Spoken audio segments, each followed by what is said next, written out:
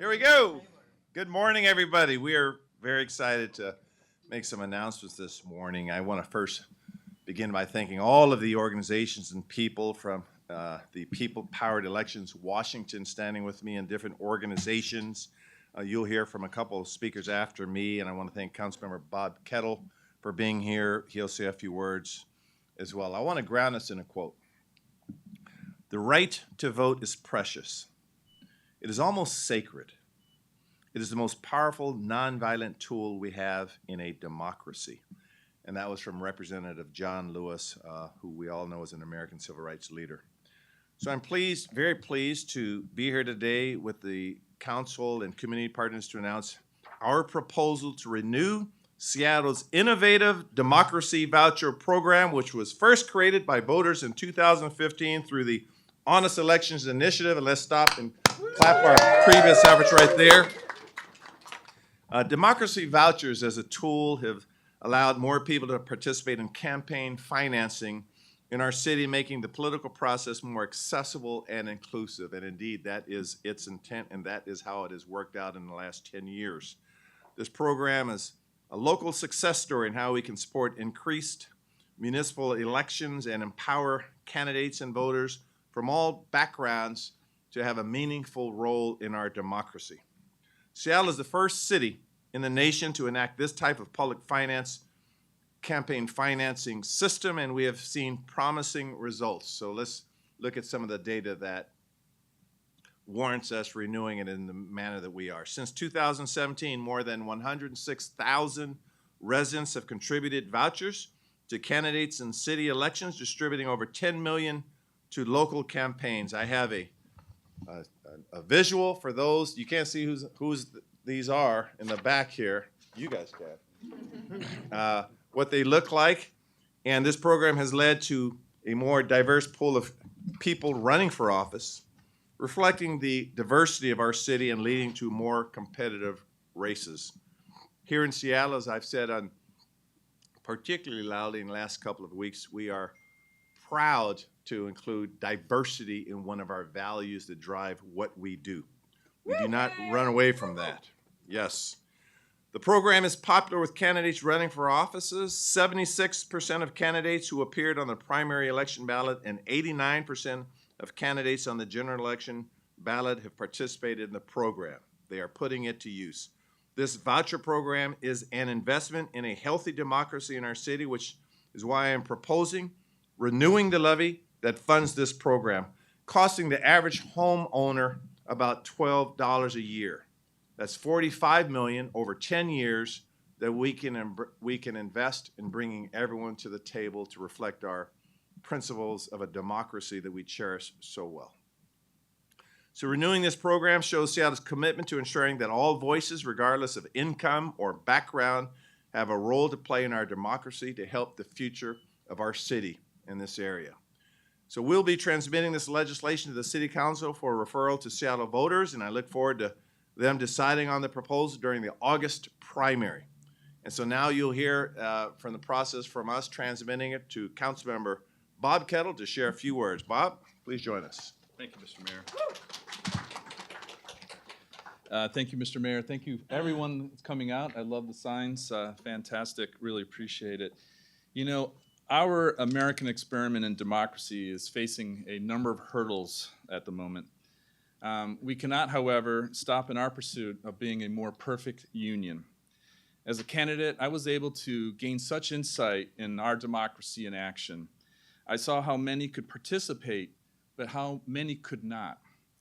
And this experience drives my support for the Democracy Voucher Program. You know, I remember a lady in Queen Anne who lives in a Seattle Housing Authority home. She doesn't have much in resources and money, but she could participate. She could participate in our election with her signature as I sought to qualify for the Democracy Voucher Program, and then later with the $100 in the Democracy Vouchers. I could see the smile in her eyes that she was participating in that election in 2023. She was democracy in action. Today, as I mentioned, we are facing hurdles in our democracy. I remember a president saying that we were, as a country, a shining city on a hill with respect to democracy and freedom. While the other Washington is faltering our city, a city of hills, can be that bright light to the nation and really the world with the Democracy Voucher Program. And might I say, especially combined with our top two system. This combination really sets us apart from so many, and it really drives my support again for the Democracy Voucher Program. Thank you very much, Mr. Mayor, and thank you everyone for coming. Thank you, Mayor. Thank you, Bob. Next, you're going to hear from my dear friend Waldo Waldron Ramsey, just affectionately known as Waldo in many circles, a leader with the Washington Community Action Network. He's also a community organizer in healthcare and social justice, and his personal story is always one of inspiration for a person who was wrongfully convicted and once released has dedicated all of his efforts and time into social justice. My pleasure to introduce you to you, Waldo. Thank you, Mr. Mayor. My name is Waldo Waldron Ramsey, and I'm the political director of Washington Community Action Network, popularly known as Washington CAN. We are a grassroots community-based organization with over 40,000 members, many of whom live right here in Seattle. 10 years ago, Washington CAN members overwhelmingly supported Initiative I-122, also known as Honest Election Seattle. We stood together because we believed in a simple but powerful idea, that everyone deserves to have a say in the future of our city, not just those who are wealthy and connected. Initiative I-122 gave us Democracy Vouchers, a groundbreaking program that ensures every resident, not just big donors, can help shape our election. By providing each Seattleite with $100 in vouchers to support candidates who share their values, we have broken down financial barriers and given working class and low-income voters a real voice in our democracy. And it is working. More diverse candidates are running for office, and community-driven campaigns are thriving. Candidates now engage with all of us, not just the wealthy few. Seattle has proven that democracy should not be for sale. It should belong to all of us. Let us continue using our democracy vouchers and build a city where everyone, their voice counts. Thank you. Thank you. Waldo. Thank you, Waldo. Next, you're going to hear from Cynthia Ijan Vasquez, who you know is the executive director of the Washington Bus, and in another capacity, she once served as the legislative assistant to the current speaker, Lori Jenkins, and has started as a community organizer with the Washington Dream Coalition. Cynthia, please share a few words with us.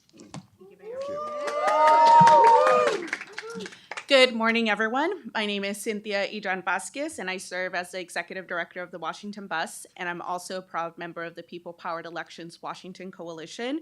Many of the organizations present here today make it up, including Fair Vote Washington, Fix Democracy First, Latino Community Fund, Represent Us, Sightline Institute, the Urban League, Washington CAN, Washington Community Alliance, individual community leaders, and many more. All of us who have been advocating for the renewal of the Seattle Democracy Voucher Program. One of the primary benefits of the Democracy Program, Vouchers Program, has been its ability to empower more individuals to participate in elections. By renewing this program, we are continuing to increase voter engagement, encouraging small donors to support their preferred candidates, and fostering more inclusive and diverse democracy. The program has already demonstrated many of its successes. I've seen the power of it firsthand. Over the past few years, I've spent countless hours canvassing Seattle neighborhoods, talking to residents about Democracy Voucher Program. And what strikes me the most is the genuine excitement from people when they learn about the program. Their eyes light up with the realization that they too can participate in our democracy in this meaningful way. One conversation I remember vividly was with a Seattle Central student at Cal Anderson Park, who told me that she never considered contributing to a candidate because all of her funds were going to her tuition and meeting her basic needs. When I explained a Democracy Voucher Program, she was so excited to use the vouchers, and guess what? She did. And not only did she use her vouchers that election, but she also submitted her ballot. This year, the program takes on an even more deeper meaning for me personally. As a recent legal permanent resident, I'm finally able to use the democracy vouchers myself. After, thank you. After years of telling people about this program, I can now experience firsthand what it means to have my voice heard in our local elections, even though I still can't vote. For me and many others, this program isn't just policy, it's personal. It opens up the doors for civic participation that were previously closed to us. The Democracy Voucher Program represents a more inclusive vision of democracy, one where everyone has a voice, not just those who can vote or make large donations. By renewing this program, we're affirming that Seattle values the input of all of its residents. We can look and our shared future together. We look forward to working together with the mayor's office and city council to ensure that voters get the chance to vote on this important program this upcoming election. Thank you so much. Thank you, Cynthia. Thank you. So to close, I also want to thank the Seattle Ethics and Elections Commission, the commissioners and their staff for helping us administer the program and make sure that's running smoothly. We continue to learn, and so we've learned a lot. I tried to share some data with you on how well it's working, and so I want to thank the community. Again, if you want to see what democracy and diversity and inclusion and equity look like, just look who's all around me. This is us at our best. So with that, be more than happy to take a few questions. Yes, Aaron. Alan from the Seattle Media Newspaper. Where does the funding come from for this program? Yeah, the funding comes from the taxpayers. It'll cost the average taxpayer around $12 a year. And through $12 a year, we'll generate around $45 million over 10 years. And this is a renewal of the levy that was put in place 10 years ago. Mm-hmm. Yes, ma'am. Did you consider making any changes to the program, like lifting the cap or giving more vouchers per candidate? So, great question. So, right now we are just renewing it, and we will construct a work group comprised of many of the folks standing with us, the Seattle Ethics and Elections Commission, the council member, and we'll look at what changes based on feedback we receive on what changes could be made in the program, such as what you use as an example, changing the caps is a possibility. But for now, we want to renew it and make sure that we get it through and see what changes need to be made in the future. I wonder, Mayor, what the data tells you. I mean, if you've got over 100,000 residents taking advantage of democracy vouchers, but you've got over 750,000, there's a lot of people that aren't taking advantage of it. So talk to me about the Sure. cost benefit and maybe the work that needs to be done in terms of making sure people understand this program, because I think I heard when we're going out, we're talking to people, they don't know about it. Yeah, and that's why I actually brought one.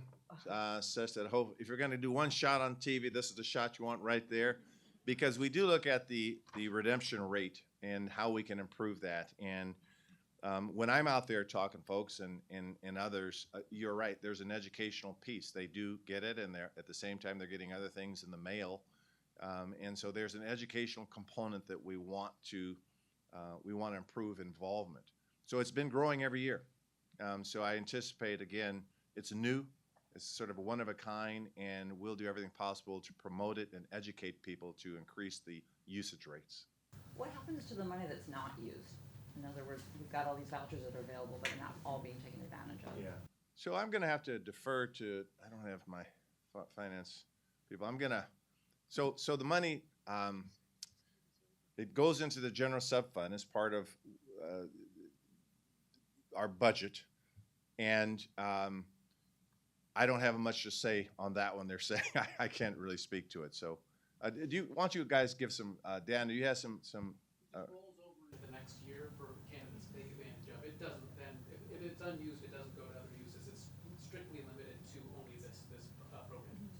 I wonder, I mean, I get line items are line items and they can't transfer from one to the other, but I'm sort of curious just with budget crises and spending money wisely.